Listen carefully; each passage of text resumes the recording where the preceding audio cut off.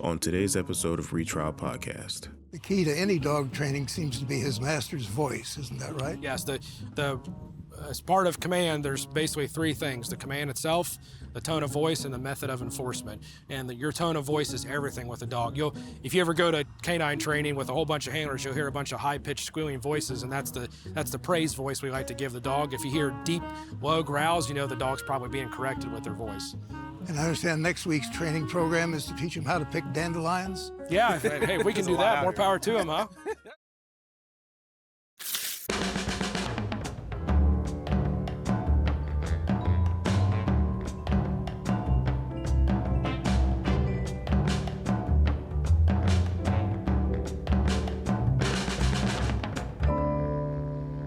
What's up, everybody? We are back. Season 3 ReTrial Podcast with my man, Dave Greer. Are you ready to do this? I don't know. We're going to find out. But we switched jobs. Can you believe that? You're the old guy now, and I'm the young guy. As you can tell, you gave me some of those gray hair. I did not have gray hair until we started this podcast 3 seasons ago almost. If it made you feel better, you aren't the first person to blame gray hair on me. I bet.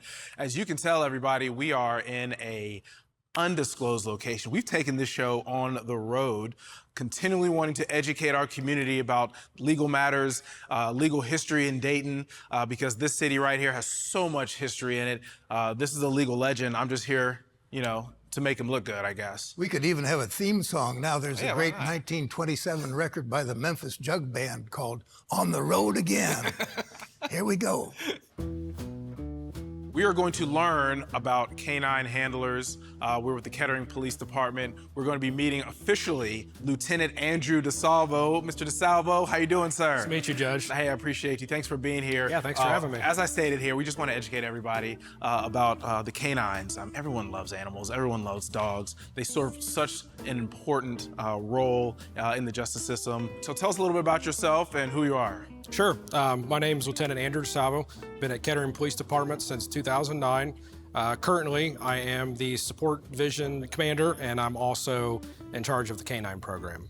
How do you get into that? I mean, I thought when you become a police officer, you become an officer. Does somebody just raise their hand and say, hey, I want to work with canines, or is this something, a passion? How does that work? Yeah, and I think it's a combination of it's a passion amongst the handlers, and then it becomes a specialized position that you have to apply for, and there's a whole process similar to a hiring process where you interview, you're selected maybe based on performance standards and other qualifications, and then we pick the handler and the dog together and try to find a team that meshes well. But certainly it has to be somebody that is very passionate about handling dogs, because there's a lot of personal devotion to it. Do the dogs get the vote?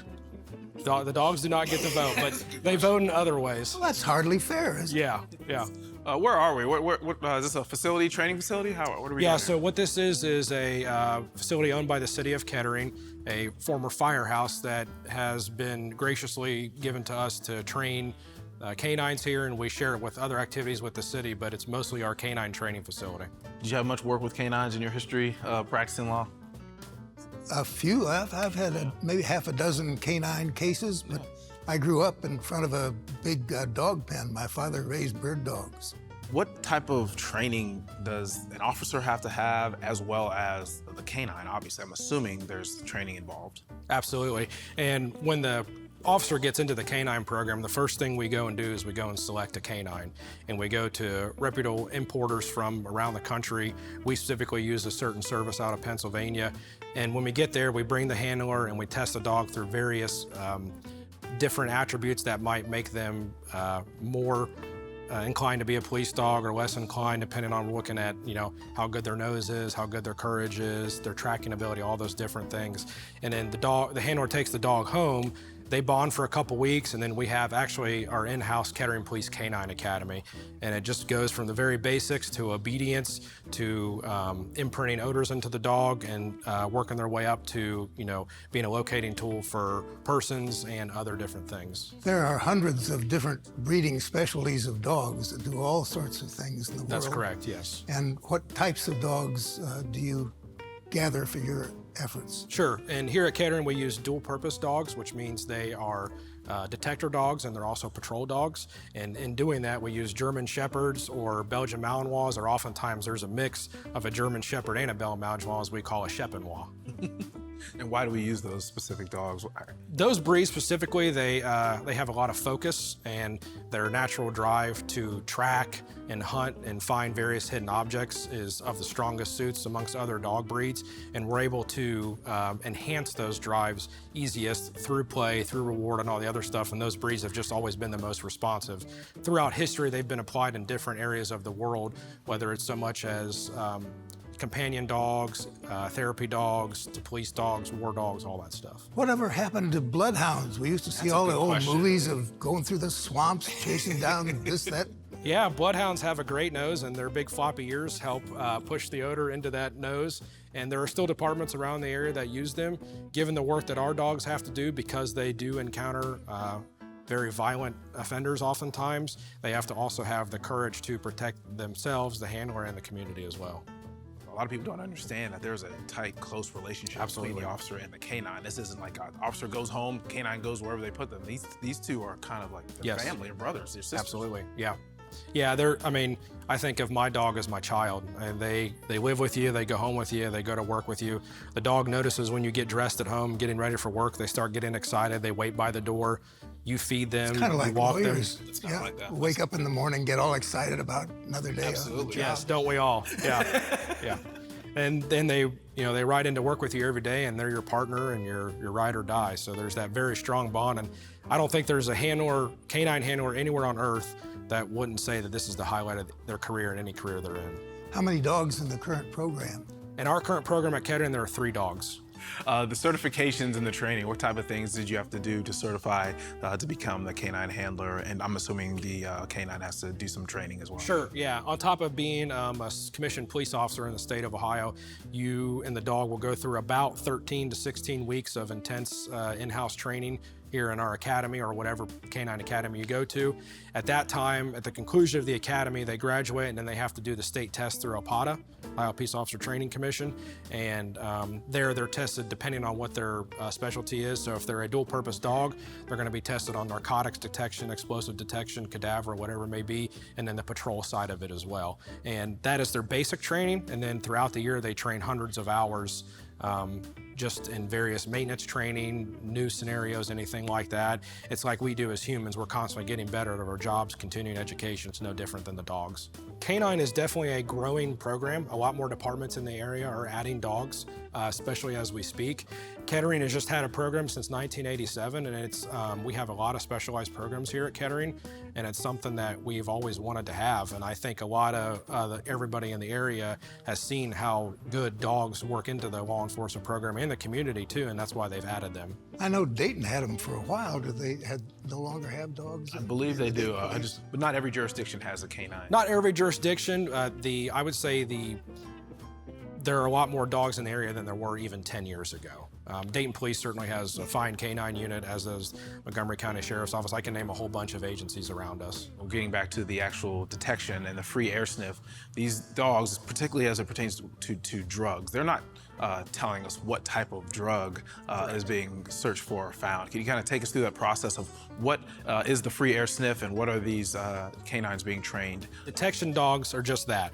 They're to detect something, whether it's explosives, cadavers, even tobacco, or basic illegal narcotics. Our dogs currently are trained on 3 of the main groups, crack cocaine, methamphetamines, and heroin and its derivatives. We no longer train dogs on marijuana just due to the legalities around that.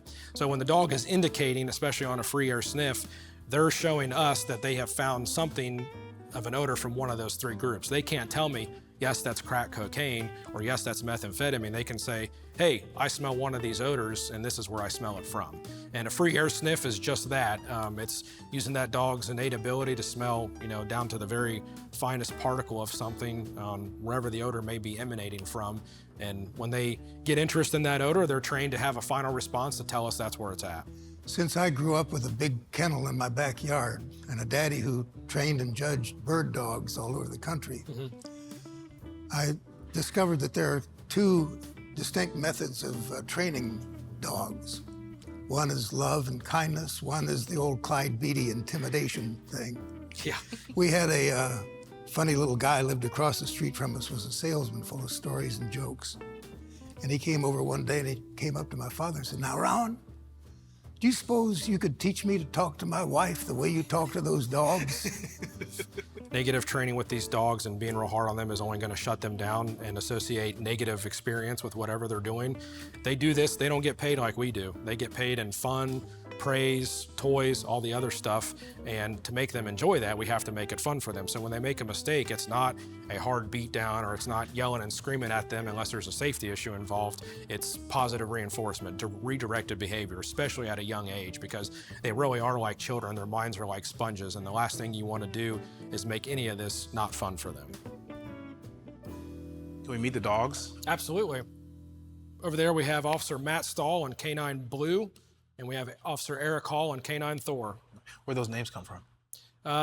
These are names that the handlers picked out.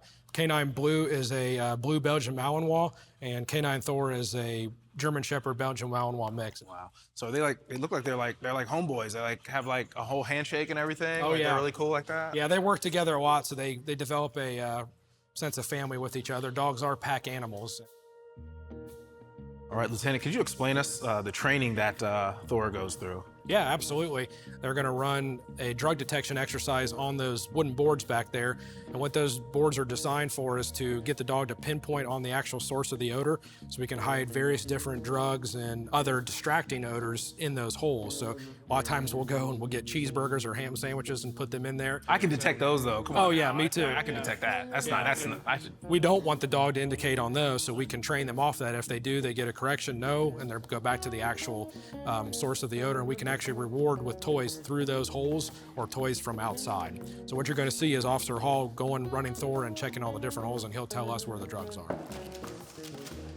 Wow, that was amazing. You just had the dog perform a long search pattern with narcotics at the very end. If you could tell, the dog stopped, squared his posture up, and did that long, intense stare at that one hole, and that's where we had narcotics hidden. So that's him telling us, "Hey, Dad, I smell narcotics. You should probably check here." Thor was like very, very intent on conducting his duties. Absolutely, and that's because Thor knows that if he does what we ask him to do, he's going to have a fun reward at the end of it, whether that's toy or praise, and that's what they work for. That's what it's all about. When we go to an airport in the country these days, you see Thor's cousins and nephews and nieces and that sort of thing roaming around. How prevalent is that practice in private and public places? Sure, and the private sector is taking off big time with contracted dogs for situations like airports, checking for different, explosives or other illegal narcotics, and it's pretty prevalent anywhere around the world, anywhere that's going to have a high population of people or any place that's specially protected. I think there's a bomb-sniffing dog here in the area too. Yep, there's. How does that differ as far as training goes? And it's just like with cadaver, explosive, the odors are different than drug odors. So if it's an explosive detector dog, that's what they're going to be trained on, is detect explosives. It's the same concept as how you watch, it's just the odors are different. And it even comes down to the cadaver dogs are actually trained with live human parts and animal parts to be able to detect those odors. Same thing with like tracking. Yeah, we get into tracking humans and stuff like that. There's a little bit different elements in there. The big thing is the dogs can smell the disturbance from the ground as if somebody walked over top of it, and they can smell the odor off their shoes and the odor that we emit from ourselves. I like to give the explanation to kids when we do demos that think of Pigpen on Charlie Brown with a big cloud of dust coming around him and odor. That's what we smell like and look like to dogs. Tell us about some major cases that your dogs have been able to assist KPD with. Yeah, I mean, we will get called out for anything as, violent armed robberies, domestic violence, any type of violent crime. They will, and felonies, they will track for. And then also we've trained missing persons. And sometimes you may have a dementia patient walk off and get lost, and we can use the dog to track them with knowing that the reward of finding them is much greater than the risk of the dog maybe accidentally biting them or something like that. And even missing children, we've helped look for them too. So the dogs, Thor over there has had drug seizures by the pound for methamphetamine, and he's found violent subjects that have run from various different altercations. Most recently, they had a subject that had nationwide extradition warrants who had been in a violent encounter in his house and took off on the run for about over an hour, and he was able to locate and apprehend the subject hiding in somebody else's yard, an innocent bystander's yard. The biting, some people might have some questions, being concerned about, you've been doing this for a long time. I mean, can you tell us a little bit about the risks of these canines? Sure, yeah, and at the end of the day, a dog is still an animal, and there is an aggression drive in them that at times we have to bring out. Those drives only come out when we're encountering violent subjects, and the dog is ultimately trained as a locating tool, and oftentimes people, I think, mistake that that's what we use them for, is just to bite and hurt people, and out of probably 500 uses, a dog may only have one or two or three physical apprehensions. So the other thing you're going to see is Officer Hall is going to take Thor into some of the rooms back here, and which is reminiscent of how we operate on search warrants, checking various bedrooms and stuff, or whatever the scope of the warrant may be. For those of you who are listening, please go to YouTube and check out ReTrial Podcast Season 3. You can actually see Lieutenant DiSalvo, Thor, do its training and see the place where we are. It's a great opportunity to see what's going on here. And even if they're not listening, that's true. Somebody could tell them. There's lots of ways to get into it.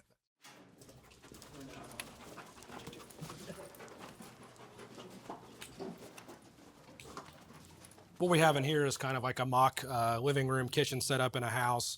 Lockers are a big thing that we check on school sniffs and stuff like that, so we can hide the odors in various locations. And as you can see, Thor is saying, nope, right here. Locked in. Yes.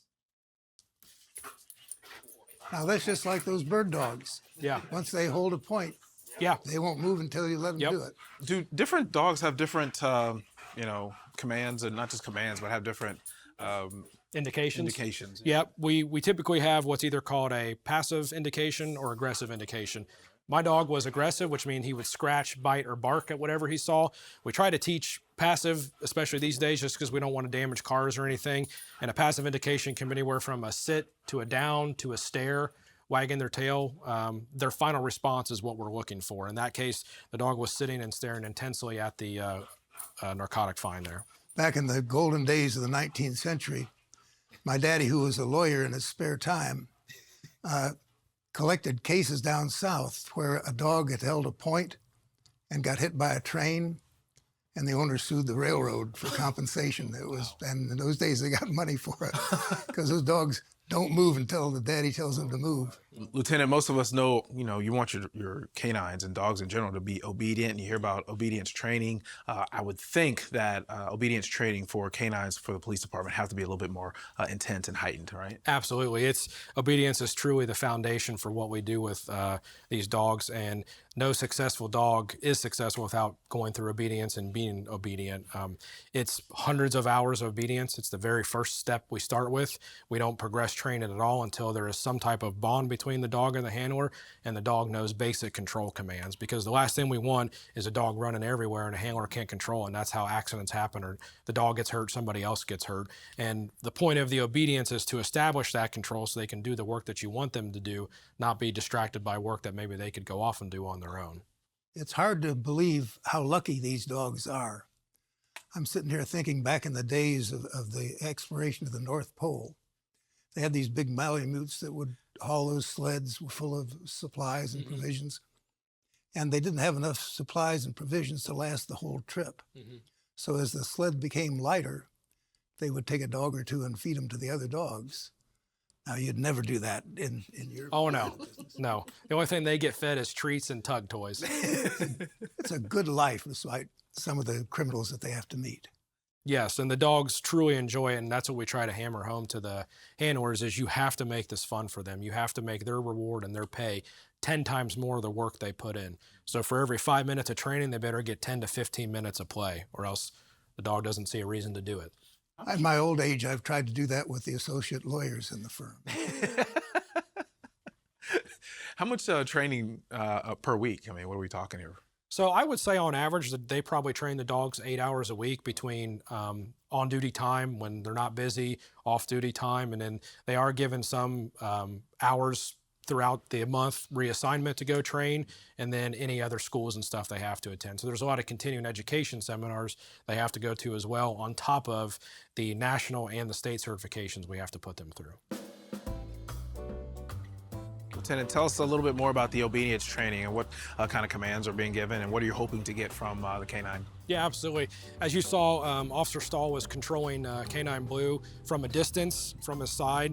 The goal is to get the dog not only being controlled at your side, but they've got to be controlled being away from you. Whether they have eyes on a suspect, 100 yards away that's maybe surrendering peacefully, or whether maybe they're running out in front of a car and you want to call them back. They have to learn the different positional changes from sit, down, stay, not only at their side with the leash, but also out in front of them. And one of the common misconceptions with dogs is that a leash is a walking tool. A leash is not a walking tool. A leash is a correction tool. So we teach them the power of the leash, and the dog can actually feel your heartbeat running down the leash and feel your different emotions as a handler, and how you act is how they're going to respond. So the idea is to use that tool to build that obedience into the dog and understand them that, it's a good thing with what you're asking them to do, and they're going to get reward for doing it. The key to any dog training seems to be his master's voice, isn't that right? Yes, as part of command, there's basically three things: the command itself, the tone of voice, and the method of enforcement. And your tone of voice is everything with a dog. If you ever go to canine training with a whole bunch of handlers, you'll hear a bunch of high-pitched squealing voices, and that's the praise voice we like to give the dog. If you hear deep, low growls, the dog's probably being corrected with their voice. And I understand next week's training program is to teach him how to pick dandelions. Yeah, hey, if we can do that, more power to him, huh? How long has Thor been on the force, and Blue and as well? Yeah. Thor came on in 2021, and Blue came on in the summer of 2024. So Blue is relatively new. He just graduated the academy last November with Officer Stahl, and then Officer Hall and K-9 Thor graduated in May of 2021. Is there an age range that you want from these dogs? Typically, the average retirement age is 7 to 9 years. We at Kettering like to retire our dogs no later than 8 years old. That gives the dog and the handler a chance at life outside of work. It gives the dog a chance to retire when their health is still somewhat good, and they can go home and live out their days as a dog with their family, whatever it may be. Well, now, as retire, you mean they get to just be with their handler or their owner and just have an amazing life after they've served and put their time in. They collect a pension, state pension, all that good stuff. Oh yeah, pension in the form of milk bones and reward toys, absolutely. Are they like old lawyers though? When you try to retire them, they still want to go out and do some stuff? Oh, absolutely. Yeah, they never lose that drive. My dog still barks and shows his teeth at strangers all the time. So explain that. So they retire. I'm assuming you have a nice little ceremony for them, and then they're home and just cared for like your neighbor's dogs. Yep, pretty much. The dog becomes the handlers at that point, and they go home and just typical house pet. Lieutenant, can you explain for everyone what we're about to see next? Yep. The next exercise, as I said, what you're going to see is someone hiding behind a closed door. And this is oftentimes what we do in a building search. If there's a break into a business or a break into a house or a violent subject hiding, and the dog can show us what room or what area that person is hiding in by smelling their odor. Final warning, come out now. I'm going to send the dog. If he finds you, he will bite you. Find him. Now what's happening is the dog is checking all the various areas somebody could be hidden in the building. And what we're looking for or listening for is the dog barking.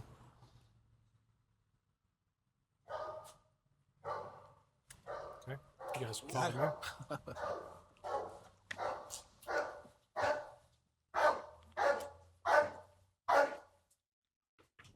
If you want to call him back to you, and we can call him out. Door heel.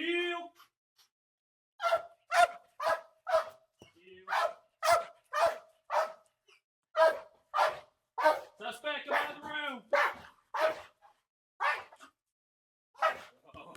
Perfect.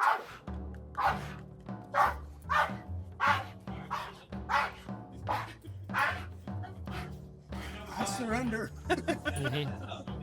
Yeah, with a bark like that, the next words are usually, take me into the police car. And we're not even doing a building search unless it's a felony, violent subject hiding or anything like that, or breaking and entering or burglary. Lieutenant, thank you so much. That was amazing. We really learned a lot about, what goes on behind the force, particularly as it pertains to, canines. You obviously treat them very, very well, and they're like your own your pets. Absolutely. Yeah.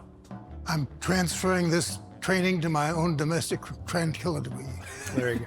Going to be a real easy job for me. Thank you for having us. No, we appreciate you and everything that you do as well. When I play hide and seek with my kids, can I borrow one of them just to play with it? No, it's probably not a Maybe. good idea. Might have to ask your wife. I don't know. I got You got to teach them that bark. Mine doesn't work anymore. Please go to youtube.com, ReTrial Podcast Season 3. We've got some amazing new episodes coming. As you can tell, we're going on the road. I might shave this off. You called me old. Oh, I need to shave. You called me old. no, I'm keep that shaving on this there. beard, but again, I did not long have... white beard does something White? for me, if not for you. Not even salt and pepper. You called it complete white beard now. That's what you folks do to me with ReTrial Podcast, is because of this, this beard. You were made to handle stress. I'm trying. So thank you so much, Lieutenant. We appreciate thank you. This has been fantastic. Yes, nice meeting you. Yep. Thank you. Yes, thank you. This Dayton Bar Association and Dayton Bar Foundation project was funded in part by a grant from the Dayton Legal Heritage Foundation and the Jack W. and Sally D. Eichelberger Foundation of the Dayton Foundation.